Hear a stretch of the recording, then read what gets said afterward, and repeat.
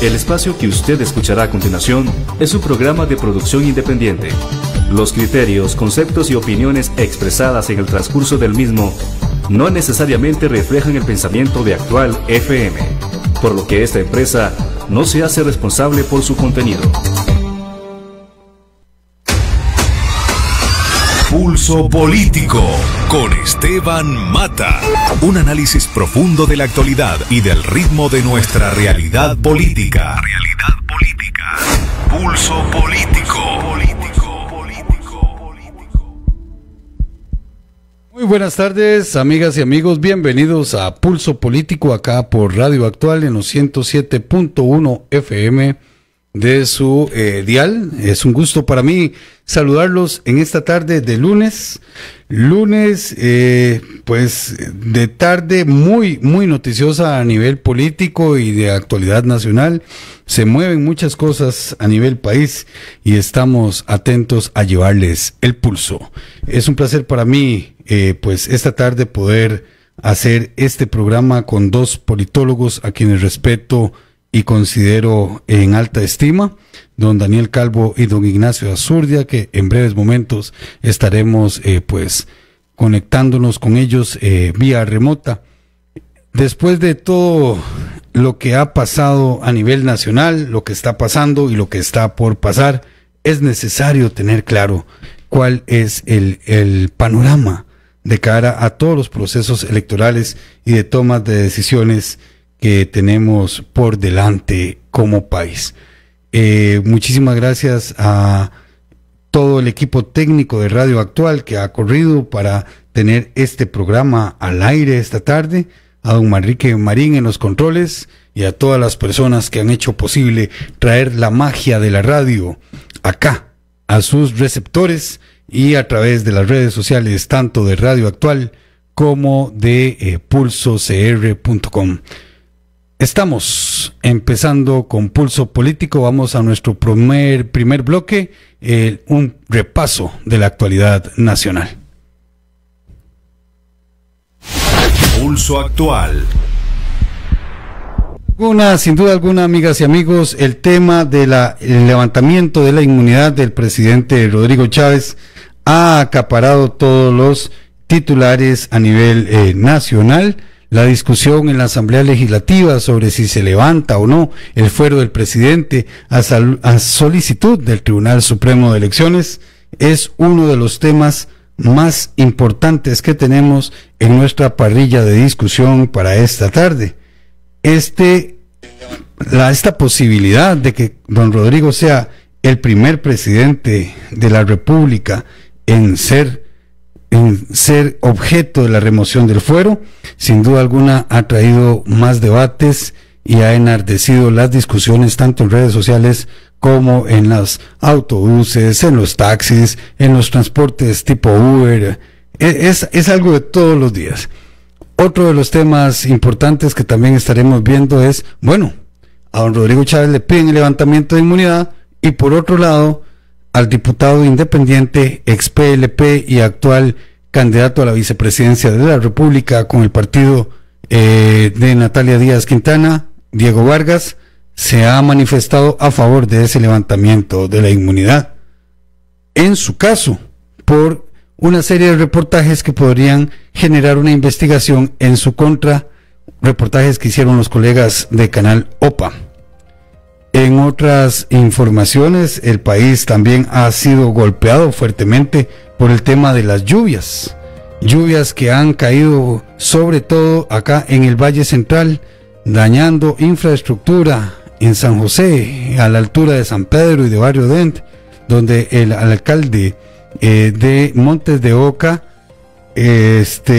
Domingo Argüello, ha solicitado pues lo que sea un llamamiento de emergencia nacional por parte de las autoridades. Así que a cuidarse mucho esta tarde y todas las que vienen de las lluvias, a tomar las previsiones.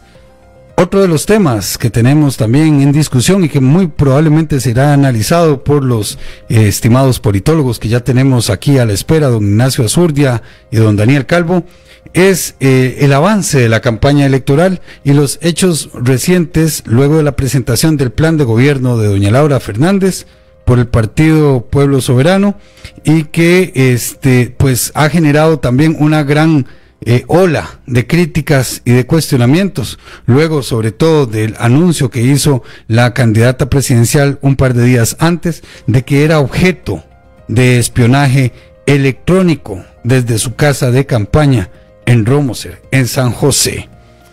Así que, sin más, don Manrique, podemos proceder a ir al tema de fondo de este lunes, de la primera emisión de Pulso Político acá, en los 107.1 FM de su dial en Radio Actual. Soy Esteban Mata, al ser las 2:07, vamos al tema de fondo. Nuestro tema de fondo. Nuestro tema de fondo nos convoca esta tarde a hablar del tema de la campaña electoral y del levantamiento de inmunidad del presidente Rodrigo Chávez, que parecen estar íntimamente ligados. Le damos la bienvenida, si todo está en orden en el aspecto técnico, que esperamos que así sea, con don Manrique a la cabeza, para hablar con don Ignacio Azurdia y don Daniel Calvo, pues sobre este tema tan importante en la discusión política nacional. Estamos con don Daniel Calvo aquí en pantalla. Un gusto saludarlo, don Daniel. Qué agradable tenerlo acá en Pulso Político. Muy buenos días, Esteban, Ignacio, que también lo observo por aquí. Encantado de estar con ustedes. Y sí, efectivamente, con muchísimo que comentar en razón de los acontecimientos de las últimas ya que 2-3 semanas de campaña electoral. Así es, muchísimas gracias. Pues don Daniel Calvo, un reconocidísimo analista político, un gusto tenerlo acá. Viejo ex compañero de pasillos legislativos años atrás, donde pudimos aprender de las artes de la comunicación política más allá de la técnica y de lo que es la academia, la política viva, como dicen, don Daniel. Así es, efectivamente, fue un gusto haber compartido con vos, Esteban, pues toda la barrilla, porque éramos varios de diferentes medios y demás, y aprender realmente ese oficio que al menos a mí es el que todavía me ha permitido seguirme ganando la vida y el cual realmente es el que más me apasiona. Muy bien, y tenemos también a don Ignacio Azurdia, también un joven politólogo, pero que se ha hecho espacio en la discusión política nacional, dada la agudeza de sus criterios y la objetividad con la que los aborda. Un gusto tenerle también aquí en Pulso Político, Ignacio. Era un intento que habíamos venido postergando por años y qué lujo tenerlos a los dos hoy acá con nosotros y con toda nuestra audiencia. Ignacio, un gusto saludarle. Muy buenas tardes, Esteban, Daniel. Gracias por lo de joven, es un placer conversar con ustedes y por supuesto siempre con el análisis de la política y la comunicación, y ya veremos datos también, ¿verdad?, que son muy importantes para poder comprender todo lo que está sucediendo en Costa Rica, así que es un gran placer conversar con ustedes como siempre. No, hombre, y eso de joven se lo digo por pura envidia, porque experiencia no le falta, ya ha batido barro por más de 12 años en la esfera política, 12, 15 años entiendo, sin embargo, dichoso él que tiene su cabello negro y su juventud ahí bollante, dando para adelante, haciendo patria. Yo creo un poco esto de discutir la coyuntura nacional nos permite ampliar los criterios, y tiro la bola acá para ver cómo le llevamos el pulso, tiro la bola sobre la mesa.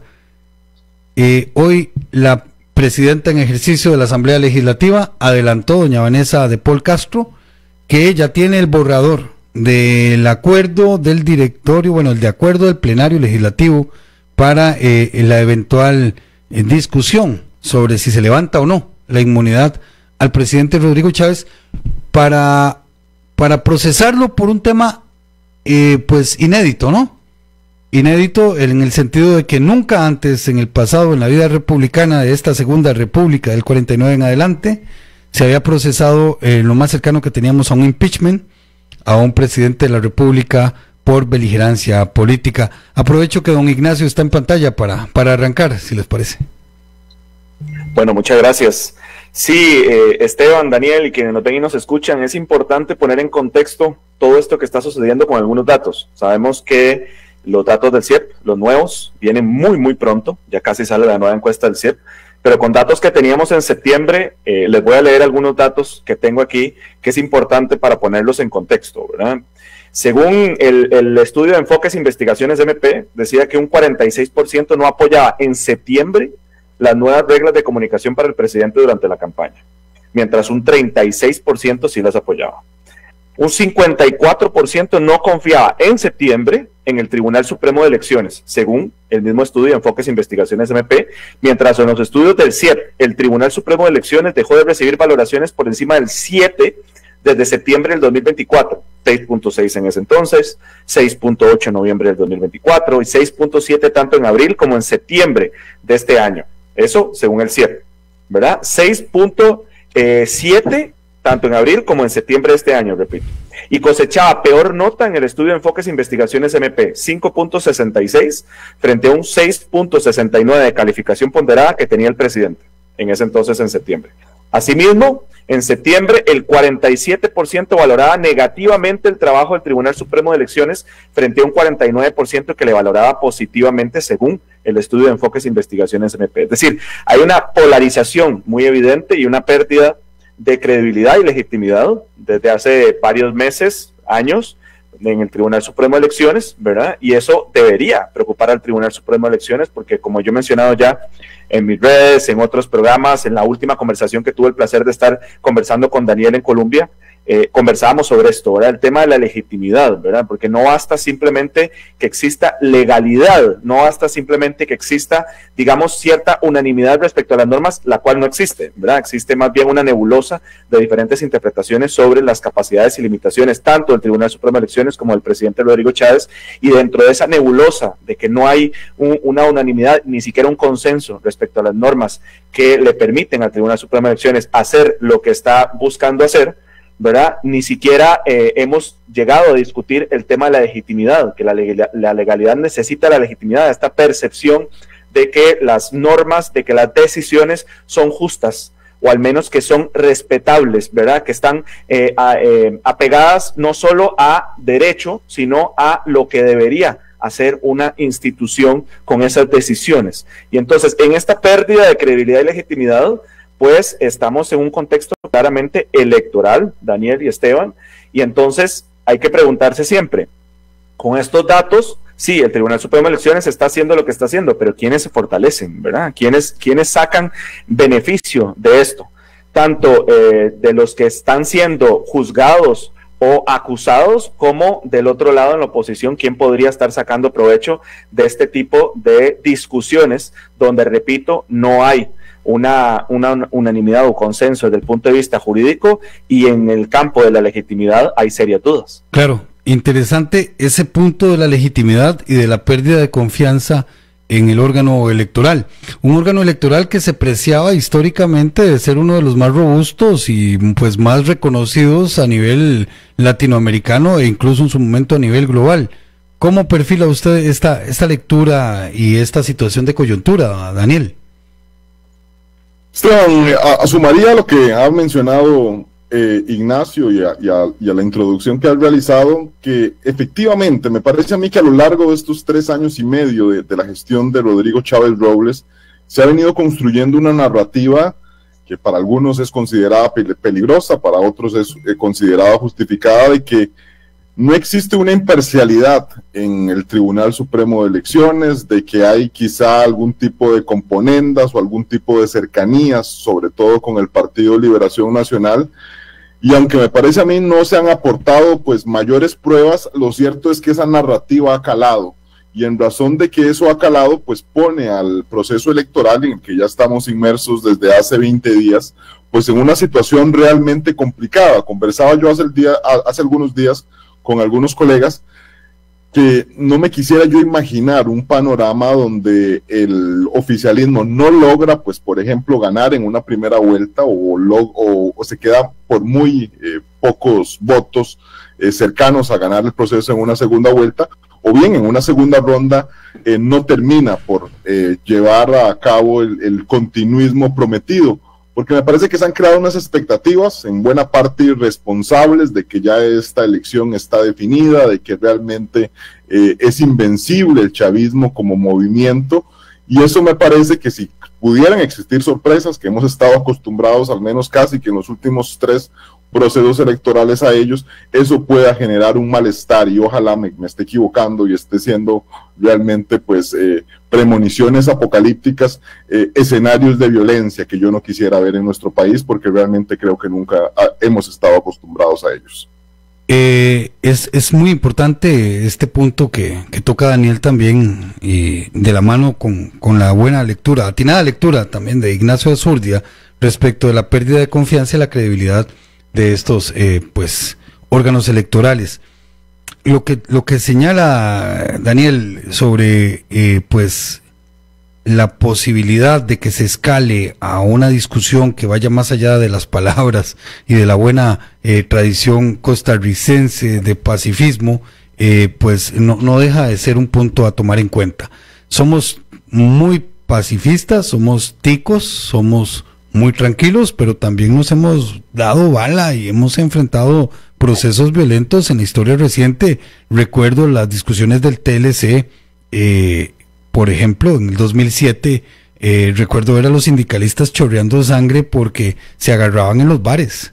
Es que a veces se nos olvida la memoria política de este país. Una vez allá por el 2006, 2007, recibir a Albino Vargas, y si dice que no fue, yo le digo que sí fue, y a Fabio Chávez, sindicalista del ICE en ese momento, llegar a la redacción de la entonces Radio América y Diario Extra, chorreando sangre porque se habían agarrado en un bar, Manrique, se agarraron a golpes por la discusión del Tratado de Libre Comercio. Más antes hubo hechos violentos fuertes, como el caso de Alcoa, como el caso de incluso la revolución del 49, el intento de invasión en el 55. Entonces, esto de la mano, y ahí me gustaría escuchar el aporte de don Ignacio Azurdia, esto de la mano de un discurso muy encendido podría llevarnos como sociedad a un enfrentamiento fratricida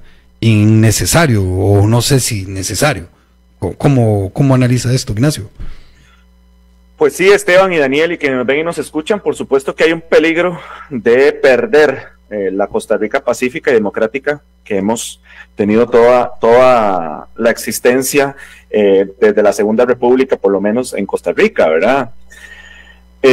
Yo confío en que no, para empezar, ¿verdad? Perfecto. Yo confío en que no, yo confío en que idiosincráticamente Costa Rica todavía es un país muy democrático y muy pacífico, pero por ende tenemos que hacerle un llamado no solo a los actores políticos que están inmersos propiamente como candidaturas en esta campaña electoral, sino también a las instituciones.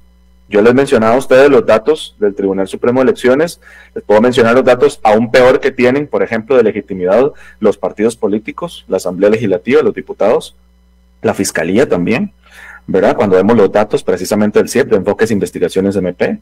Entonces, una institución como el Tribunal Supremo de Elecciones no puede quedarse tranquilo de decir, no, es que mira, tengo una valoración de 6.5, 6.7, cerca del 7, estamos bien. No, una institución como el Tribunal Supremo de Elecciones tiene que trascender, para empezar, la lógica electoral, no puede estar siendo percibida, para bien o para mal, de que esté de uno o del otro bando. El Tribunal Supremo de Elecciones sí, es el Tribunal Supremo de Elecciones, es el que gestiona la campaña electoral, pero no tiene por qué sentirse que está electoralizado, ¿verdad? Tiene que trascender la disputa electoral, precisamente porque tiene que ser respetado o considerado justo por todos los electores, absolutamente todos. Por lo tanto, la valoración que debería estar por encima del 8, del 9, incluso en un mundo ideal, ojalá un 10, es imposible, pero ojalá entre 8 o 9, ¿verdad? Es decir, ser una institución que está siendo considerada como justa por todos. Eso es muy importante. Por lo tanto, el Tribunal Supremo de Elecciones no solo tiene que buscar la unanimidad que les decía o el consenso respecto a las normas que le permiten hacer lo que hacen, sino que tiene que recuperar la credibilidad y la confianza, ¿verdad? Tiene que recuperar esa legitimidad, ¿verdad? Porque además No olvidemos, como decía el gran referente de la ciencia social, Jürgen Habermas, decía que las normas son mucho más efectivas por el convencimiento, ¿verdad? No por la imposición o por la coerción. Obviamente va a haber personas, va a haber colectivos que cuando una norma les tenga que aplicar no les va a gustar, naturalmente, ¿verdad? Pero que por lo menos no es que les guste, es que respeten esa norma y que una gran mayoría de la población considere que esa norma está bien que exista y que si una persona incumplió esa norma, pues tiene que recibir un castigo de alguna manera, ¿verdad? Pero si ya existe una nebulosa y una falta de confianza respecto a esas normas y la justicia o la característica de lo justo sobre esa norma, ya tenemos un problema, ¿verdad? Es decir, es mucho más efectiva la norma cuando se da por convencimiento que por imposición. Entonces, esto es importante entenderlo, ¿verdad? Entender de que en una dinámica electoral en la que estamos, por supuesto, hay colectivos, hay candidaturas que están buscando echar agua a sus molinos, por supuesto, ¿verdad? Capitalizar la coyuntura en la que estamos, pero el Tribunal Supremo de Elecciones, repito, tiene que trascender esa coyuntura porque tiene que buscar el respeto, la consideración lo más positiva posible por parte de toda la población, incluyendo afectados y no afectados por esa misma normativa que están buscando aplicar. Hacia ese punto, ¿verdad?, de que el árbitro no puede jugar como los demás que están en la cancha, ¿verdad? Tenemos que perfilar la discusión, creo yo. Comparto con Ignacio esta situación de que Costa Rica pues tiene un espacio de institucionalidad que tiene que respetarse y el espacio de la discusión política y del juego político, donde los diferentes actores están pues en una pugna, ¿verdad?, normal de ideas, de propuestas y, ¿por qué no decirlo?, pues de descalificaciones mutuas para ver quién logra cosechar el gusto, el cariño y el voto del electorado. Pero entonces, Daniel Calvo, vuelvo con usted. En esta coyuntura, ¿cómo analiza usted, Daniel? ¿Cómo lo ve? Y si me permito hablarle de voz, también de pronto la gente hasta más cómodo nos siente, más naturales nos escucha. Pues somos cartagos y no somos cartagos, se nos sale el voz por todo lado. Y Ignacio también tiene raíces cartagas, aunque la gente de Tres Ríos lo niegue. Es un territorio independiente. Exactamente. ¿Y por qué no hacer esto un poco más relajado, más conversado? ¿Cómo sentís vos, Daniel, el hecho de que esté en este momento el borrador del proyecto de acuerdo legislativo para el levantamiento de inmunidad en los despachos de los jefes de fracción? Este es un momento electoral, claramente, pero también es un momento de alta tensión y de alta discusión política. ¿Cómo pueden llevar eso que decía Ignacio también, verdad, que cada uno, y que vos también decías, lleva el agua a sus molinos? ¿Cómo puede afectar esto en realidad también los intereses de la gente, que al fin de cuentas es para quien se discute, para quien se aprueba y para quien se gobierna? Mira, Esteban, te diría que hay diferentes aristas, y esto lo he conversado también con Ignacio pues en estos días previos.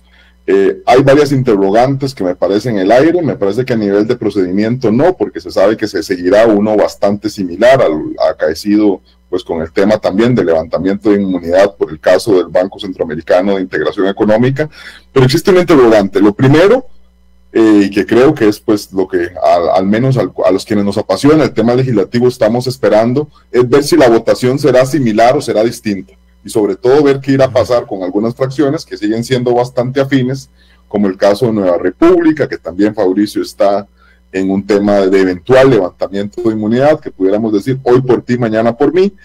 También está el tema de la fracción del Partido Unidad Social Cristiana, que también diría yo que la crispación que se dio en razón de la votación anterior, donde Fabricio Alvarado expulsó a algunos otros diputados, pues los libra de compromiso o los libra también de ese cálculo electoral, y eso me parece que puede revertir los números y pudiéramos tener una votación distinta a la que tuvimos pues hace algunas semanas con el otro tema del levantamiento.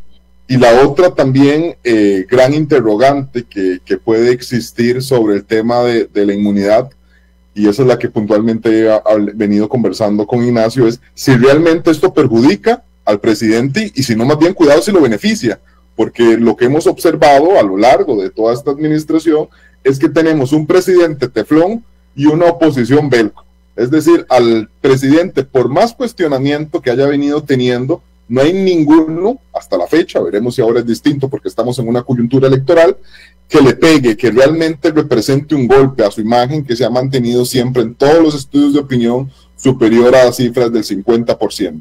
Entonces, yo personalmente creo que no tengo esa claridad y que inclusive tengo pues alguna inclinación a que más bien el tema de todo este tema del procedimiento, de revivir el tema de la inmunidad, termina por victimizar, y cuidado si no elevar casi que a condición de mártir al presidente de la República, del cual ha sabido construir narrativas de que el Tribunal Supremo, que la Asamblea Legislativa, que el Poder Judicial, que la Fiscalía, que la Contraloría, que este montón de órganos auxiliares y otros poderes de la República, más que hacer un tema de pesos y contrapesos, han sido obstáculos a su político. Y eso me parece que también en lo que ustedes le hablaban, pues llevará agua a sus molinos en esta coyuntura electoral en la que nos encontramos.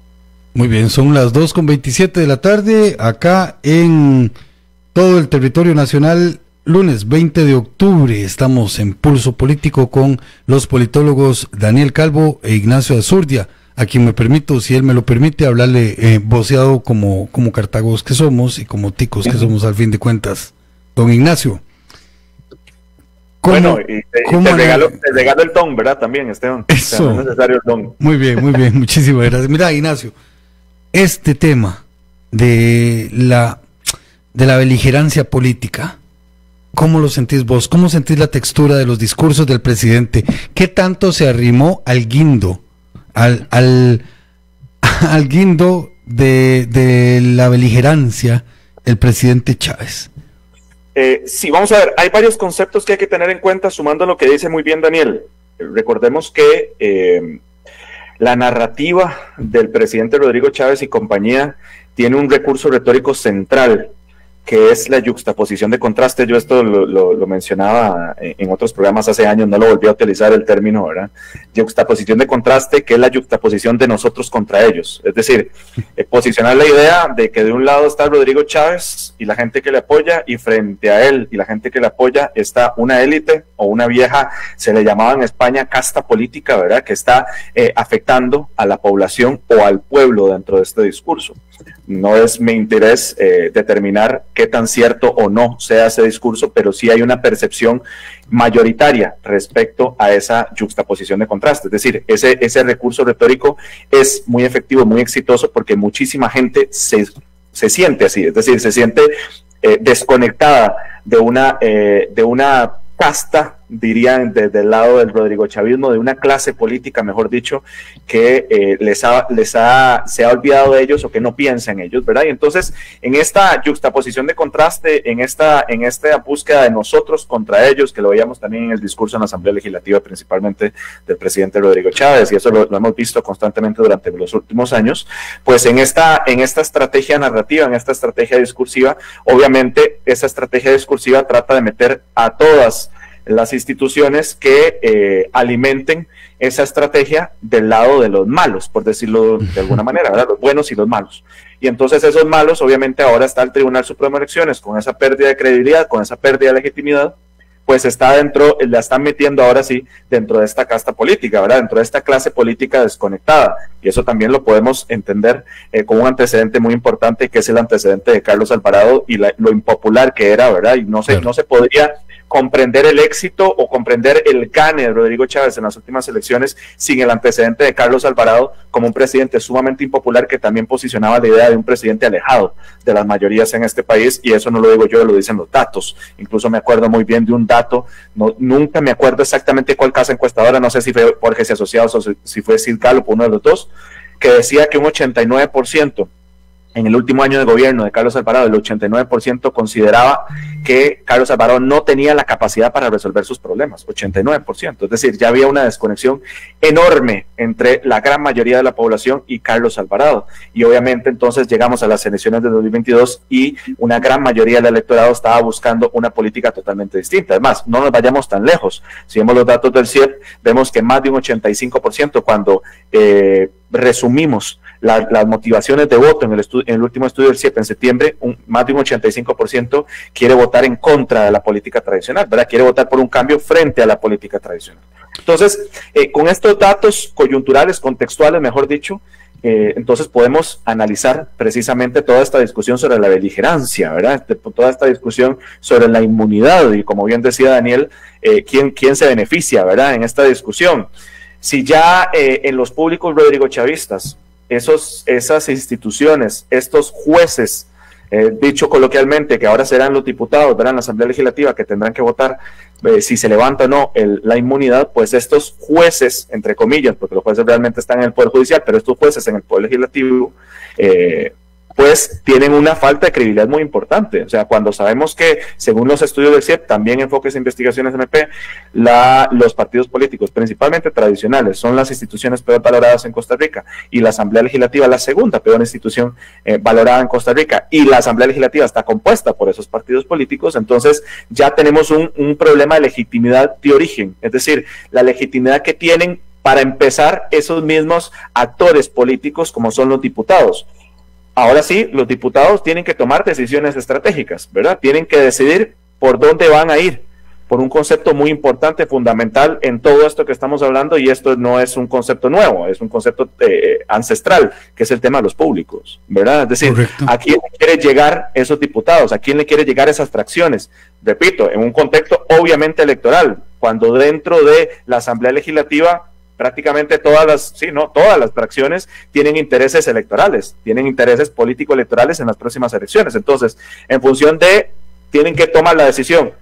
O sea, ¿cuál es la decisión desde el punto de vista estratégico, obviamente? Pero principalmente en esa estrategia, ¿cuál es la decisión en función de los públicos con los cuales quieren conectar? Entonces, ¿qué decisión van a tomar? ¿Sí o no? ¿Y por qué? ¿Y con cuáles públicos? A ver si logran conectar. Entonces, de un lado, obviamente está un Tribunal Supremo de Elecciones, que yo le puedo dar el beneficio de la duda con toda la buena intención. Digamos que tienen la buena intención de hacer lo que están haciendo. No me toca a mí, repito, determinar si lo están haciendo bien o mal. A mí lo que me preocupa es esa nebulosa de falta de unanimidad en los criterios jurídicos que están tomando, ¿verdad? Esperemos que esto se aclare en algún momento y realmente, por ejemplo, la Sala Constitucional intervenga y la Sala Constitucional determine, ¿verdad?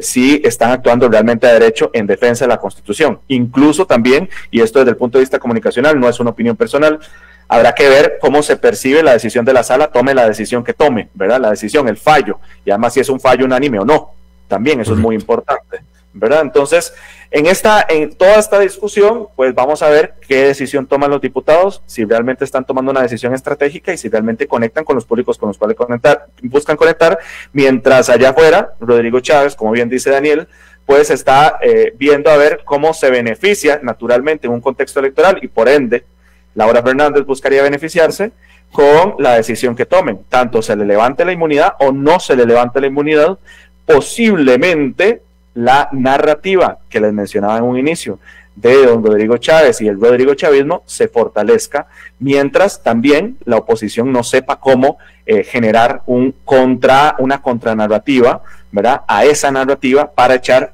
repito con la metáfora, agua a sus molinos. Por ahí voy en el tema de el agua a sus molinos, porque parece que de momento lo que hay es como una inercia. Es decir, aparte de la discusión legislativa, yo todavía veo con mucha distancia a los candidatos presidenciales, incluida Laura Fernández, a referirse sobre este tema, haciendo un chiste si se me permite, ¿verdad? Parece que Laura Fernández está cuidándose más de beligerar, de caer en beligerancia política al no mencionar este proceso de Rodrigo Chávez, que el propio Rodrigo Chávez. ¿Cómo lo siente usted, Daniel? ¿Cómo lo sentís? La reacción de los candidatos presidenciales frente a este tema. ¿O prefieren quedarse al margen para no inflar más el fantasma del Rodrigo chavismo? Como bien lo dice Ignacio, porque tampoco los veo desarrollando narrativas fuertes que aplaquen, ¿verdad?, esta ola de comentarios y de discusión nacional que, pues vean, nos tienen hablando de esto. Esteban, yo iría un poco más allá de solo este tema particular del tema del levantamiento, y es que creo que ha sido prácticamente la tendencia a lo largo de estos más de 3 años y medio, que lo que hemos tenido una oposición, si al caso, es de carácter reactiva, es decir, el gobierno, entiéndase Rodrigo Chávez o ahora su Laura Fernández como su eventual continuidad, pues han definido prácticamente el marco o el encuadraje en términos de comunicación. Ellos dominan a plenitud cuáles son los temas de la agenda, de qué se va a hablar.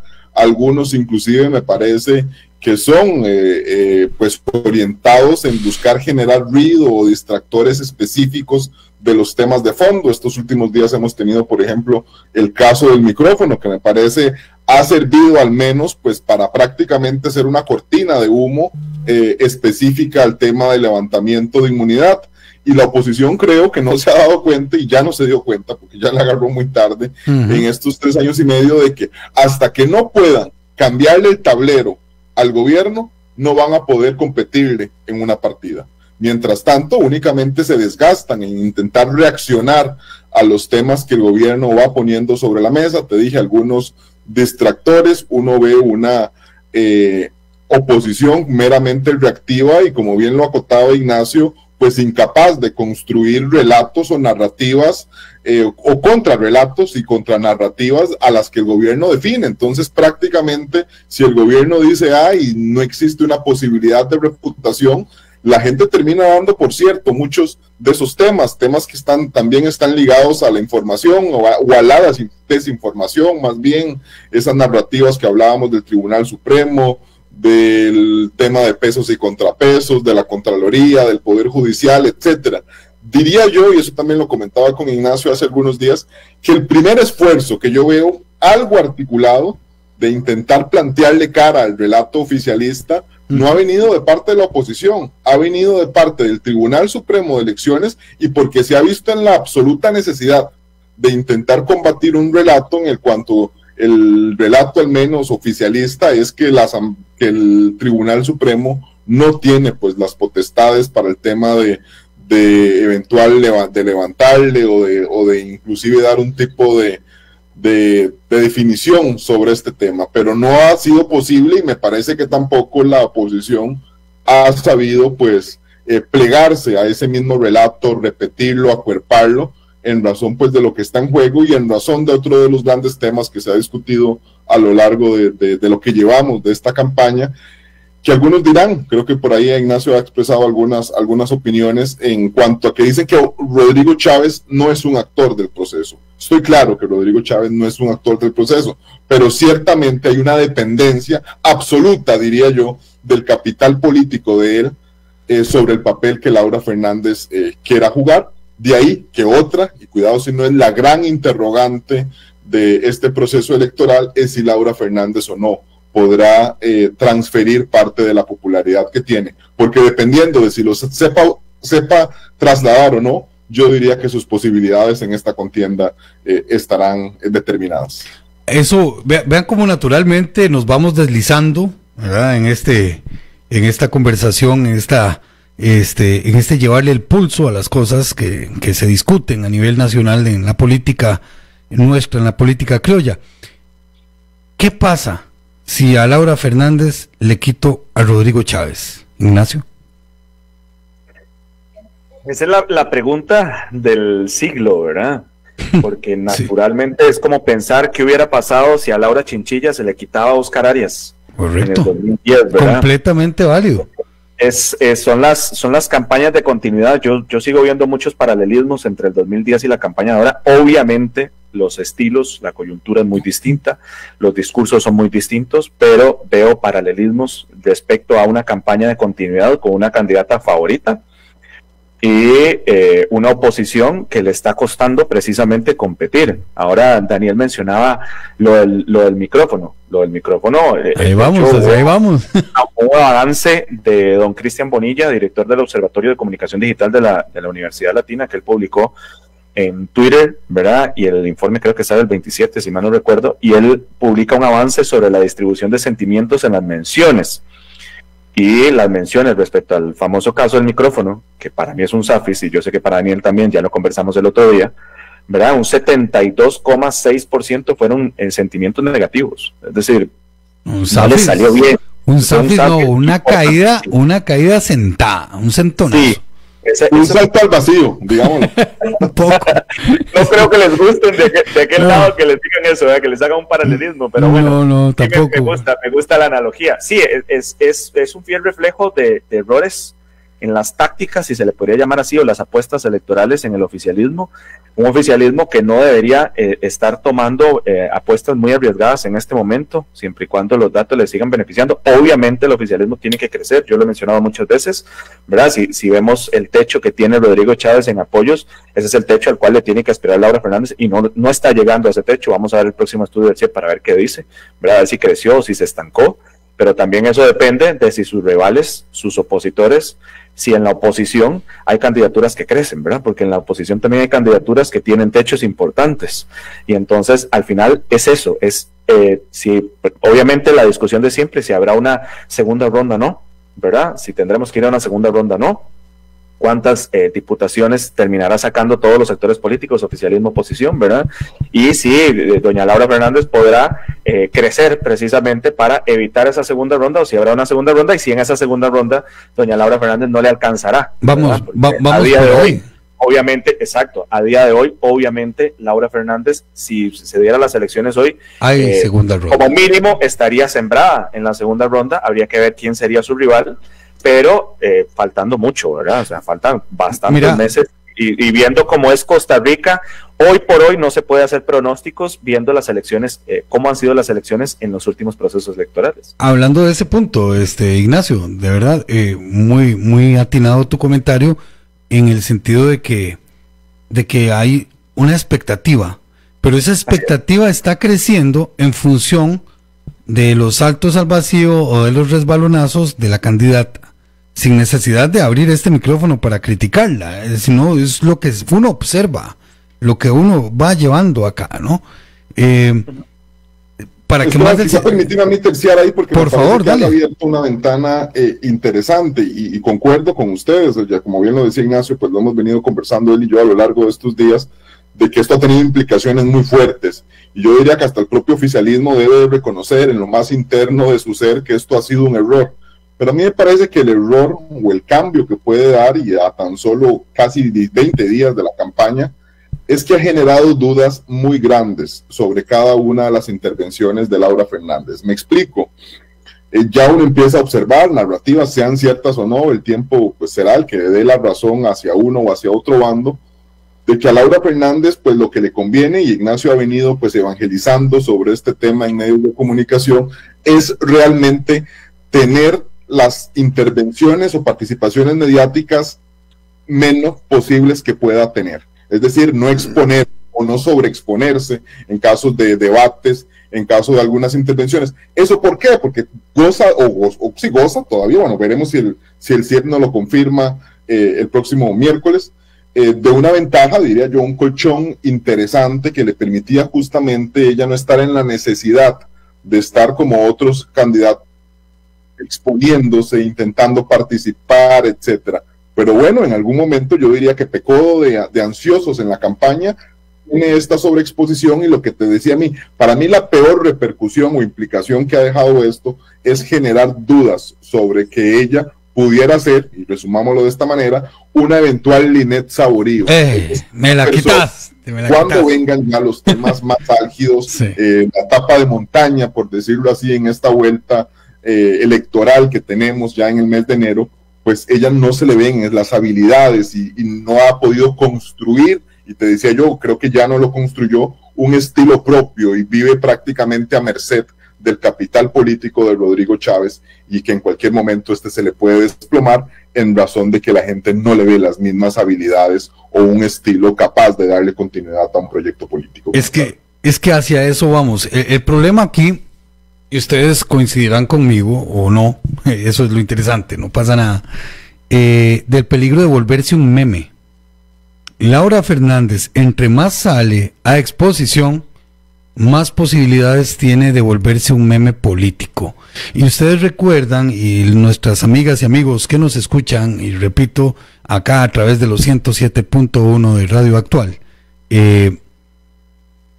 recuerdan el meme en el que se convirtió Otto Guevara con el tema de la oración y de la imposición de manos Sí, claro. ¿Verdad? Y después esa foto andaba por todo el país, en todos los dispositivos. El meme en el que se convirtió en su momento Wilmer Ramos a lo interno del PAC, ¿verdad? A lo interno del PAC, que lo destruyó como candidato, fue destruido por su propio partido. El meme en el que se convirtió Linet Saborío, luego que Juan Carlos Hidalgo se refiriera a ella como se refirió, ¿verdad? Que eso saliera a la luz. No vamos a repetir ofensas, ni mucho menos, pero le dio durísimo Juan Carlos Hidalgo. Y el meme en el que se llegó a convertir en su momento Otón Solís, que le fue imposible recuperar imagen, ¿verdad? Johnny Araya también. ¿Recuerdan aquella narrativa que se les desató a Johnny Araya en la cara con el tema de lo que valía un casado? Hay hitos, hay momentos particulares en las narrativas políticas que te pueden levantar o te pueden hundir. ¿Qué tan cerca estamos de ese otro guindo? Bueno, vamos a ver, yo sigo haciendo paralelismos con la campaña del 2010, me acuerdo muy bien que a Laura Chinchilla incluso al inicio le sacaban muchos memes, sí. De hecho al inicio a Laura Chinchilla tuvo varios eslogans, tuvo que hacer ajustes. Firme y honesta, ¿se acuerda? Exactamente. No quería ajá, sí. Sí. Y a Laura Chinchilla tuvo que cambiar su estrategia de comunicación varias veces, yo me acuerdo perfectamente. Siempre cuando analizamos una campaña electoral, repito lo que ya mencioné, no es solo analizar la candidatura por sí misma, digamos, analizar la candidatura de Laura Fernández y cómo tenga que crecer y obviamente cómo tenga que atraer a esos Rodrigo chavistas, que hay gente que incluso se enoja porque digo Rodrigo chavismo. Rodrigo chavismo simplemente es un cruce léxico entre Rodrigo y Chávez, mira, obviamente para evitar... Y le estás haciendo el favor, yo le digo chavismo, yo no conozco el oscarismo o el...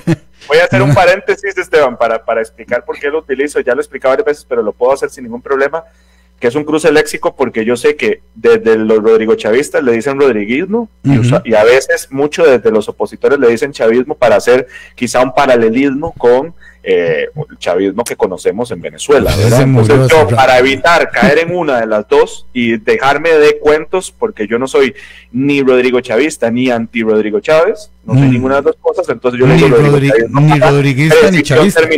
Ni rodriguista ni chavista. Correcto. Entonces, por un tema de precisión terminológica, yo digo Rodrigo chavismo, ya me lo han dicho. ¿Por qué no lo dice de tal manera? Pues por una sencillez y una precisión terminológica. Pero bueno, entonces les explicaba que obviamente no solo es analizar la candidatura de Laura Fernández por sí misma, ¿verdad? De los retos que ella tiene para atraer ese Rodrigo chavismo si quiere ganar con los datos que hay hoy en día, si quiere ganar en primera ronda. Y si además, si quieren sacar la cantidad de diputados que quieren sacar, que es muy difícil, porque tendrían que sacar una cantidad de votos impresionante en cada una de las provincias en relación con sus competidores en cada una de las provincias, ¿verdad? Eso por un lado. Y por el otro lado, entonces, no solo es analizar a Laura Chinchilla como candidata por sí misma, sino a sus rivales. Perdón, Laura Fernández y a sus rivales. Ven, sigo haciendo paralelismos con Laura Chinchilla, porque Laura Chinchilla en el 2010 también tenía debilidades. Laura Chinchilla no fue una candidatura perfecta y gana en primera ronda, pero gana en primera ronda porque sabe gestionar una campaña en función de esa coyuntura particular y porque al frente tiene competidores que sí eran muy conocidos, pero estaban muy desgastados, ¿verdad? Entonces, en esa competencia del 2010, Laura Chinchilla, pues no tuvo rivales lo suficientemente fuertes que le hicieran precisamente competencia. Vamos a ver si en esta campaña Laura Fernández tiene competidores fuertes, ¿verdad? Porque no solo se trata de Laura Fernández y sí, lo que mencionaban, ¿verdad? Es decir, ya lo he mencionado yo muchas veces, si le conviene a Laura Fernández ir a debates o no, ¿verdad? Pero el caso, por ejemplo, de Linet Saborío no solo fueron los debates, es que Linet Saborío, si analizamos propiamente la campaña de ella, era una campaña muy floja desde el punto de vista estratégico. Los mensajes, el eje del mensaje, los públicos, no sabíamos cuáles, perdón por la expresión, cuáles carajos públicos tenía Linet Saborío. Y luego, con una campaña tan tibia, ¿verdad? Por decirlo de alguna manera, porque en una campaña electoral tiene que haber una concreción, tiene que haber una definición de públicos y por ende una definición de mensajes dirigidos a esos públicos según una candidatura que pueda conectar con esos públicos, ¿verdad? De manera coherente y creíble. En esa campaña no teníamos claro cuáles eran sus públicos y además cuando llegaba a los debates, de ahí, si no tenía claro los públicos, no tenía claro los mensajes, no solo era el performance de ella, ¿verdad? Su puesta en escena en los debates, sino que era que en el trasfondo su campaña era muy débil, ¿verdad? Entonces, obviamente se iba a ver aún más débil en la ejecución del mensaje dentro de unos debates. Entonces, en el caso de Laura Fernández, cierro con esto, es no solo lo que les mencionaba, es decir, que pueda crecer ella como candidata, atrayendo obviamente a esos públicos del Rodrigo Chavismo, que el Rodrigo Chavismo no necesariamente es homogéneo, sino también de que sus opositores, sus rivales, puedan crecer, ver si pueden crecer y pueden competirle propiamente a Laura Fernández. No, entonces, claro. Laura Fernández no solo es la ejecución del mensaje en los debates, su performance, es a ver si el mensaje está bien construido y ella como tal, porque no olvidemos que los mensajeros son parte del mensaje, si ella en su identidad como candidata tiene una identidad bien construida de manera estratégica. Pero hay que tener mucho cuidado, Ignacio, con esa construcción del mensaje, porque vea que en la presentación del plan de gobierno se dejó de decir que si la cosa se pone fea, se van al carajo las garantías individuales. O sea, hay que tener mucho cuidado con la construcción de un mensaje. Si me permitiste, Esteban, para abordar ese tema es interesante porque desde el punto de vista de la idea general, ellos están tratando de posicionar el tema de la idea de que va a ser un gobierno de mano dura. Sí, pero... de que va a ser un gobierno de mano dura y además se está conectando con públicos que les atrae la idea de mano dura. No olvidemos que IDESPO incluso ha medido durante todos estos últimos años y entre un 80 y un 90% de la población está de acuerdo con la mano dura. Que haya matices ahí sobre el tipo de mano dura y cómo se percibe esa mano dura, habría que profundizar. Por eso te digo, la construcción del mensaje. Yo podría estar de acuerdo con la mano dura, pero no con la limitación de los derechos. Exactamente, por eso te digo, desde el punto de vista de la idea general, se entiende qué quisieron hacer. La otra es la ejecución como tal. Correcto. Y además, obviamente, sus rivales en la oposición están buscando posicionar de que el oficialismo está buscando limitarnos las libertades individuales a todos, pero el oficialismo tienen que dejar claro, si ese va a ser su mensaje, que la limitación de esas libertades es para personas que estén haciendo malas cosas, ¿verdad? Por decirlo de alguna manera, o que estén incurriendo en posibles actividades ilegales.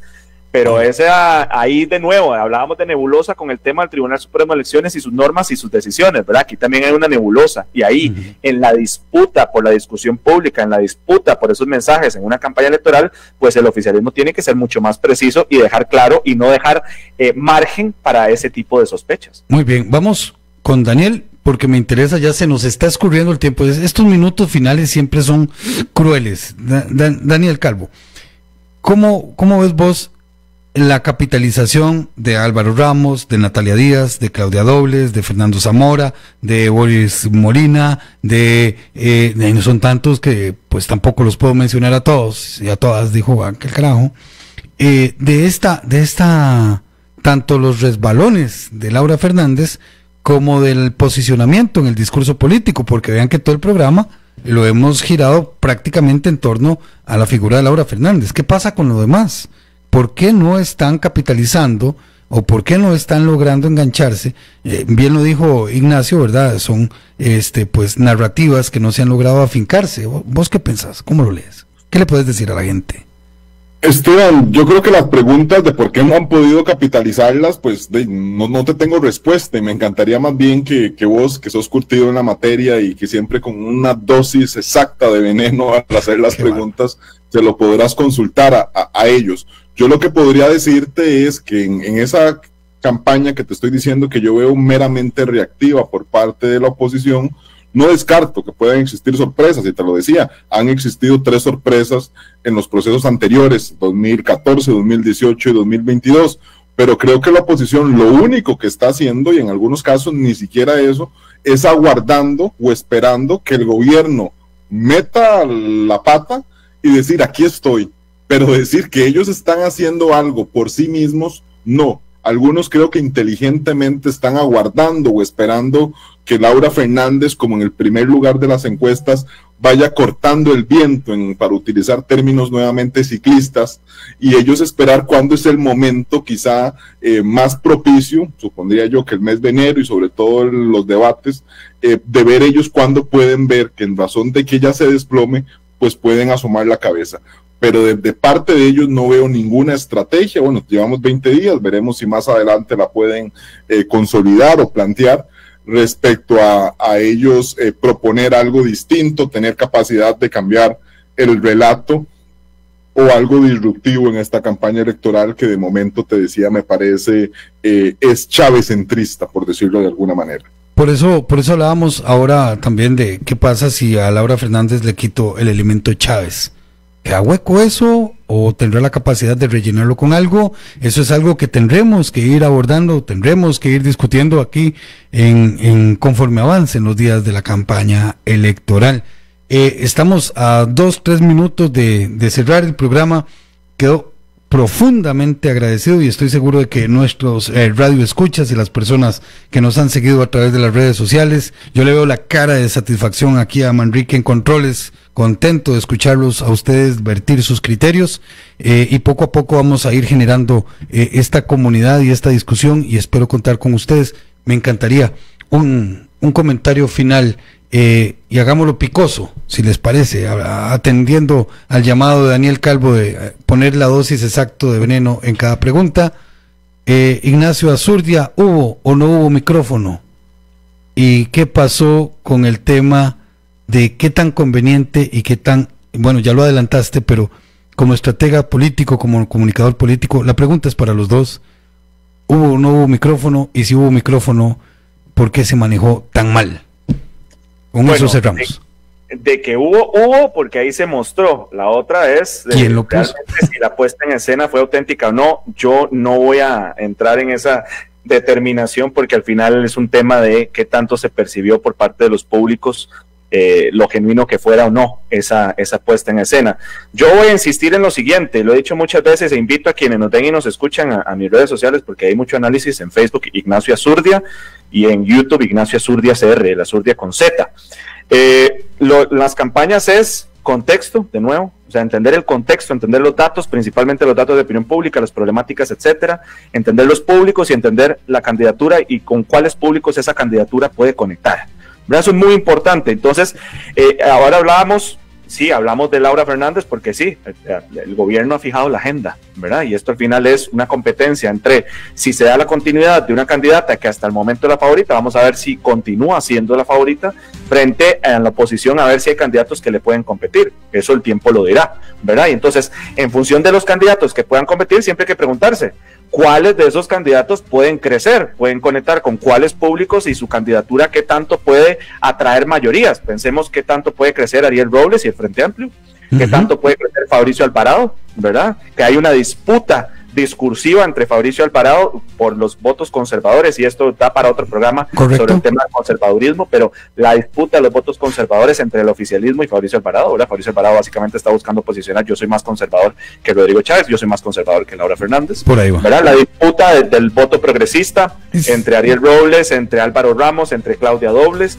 ¿verdad? Entonces, pensar, si reduciéndolo a un tema de conservadurismo, progresismo, pero obviamente los públicos se pueden describir o caracterizar por muchas más variables, ¿verdad? Pero entonces, ¿dónde pueden crecer? ¿Verdad? ¿A dónde pueden crecer? Pueden crecer, si pueden ganar en primera ronda, si pueden forzar una segunda ronda, y si en esa segunda ronda, si es que se da, ¿cómo pueden atraer esas mayorías? Muy bien, Ignacio. Así, jalado del pelo, el pelo que yo no tengo, por favor, Daniel, un cierre, pero agradecidísimo con Ignacio también. Comunicadores como ustedes. En comunicación existe la premisa que lo que se tiene que explicar o lo que genera dudas no se comunicó bien. Bueno, si fuera cierto o no, ¿por qué esto nos ha generado tantas dudas? ¿Por qué lo han tenido que explicar? Yo creo que el gobierno está a tiempo de jalar para su saco el oficialismo e intentar enmendar las implicaciones que les ha dejado este caso. Excelente, Daniel, excelente, Ignacio, muy agradecido con todas y todos ustedes. Nos cae la cortina del tiempo. Soy Esteban Mata, esto fue Pulso Político acá en Radio Actual, en los 107.1 FM de su dial.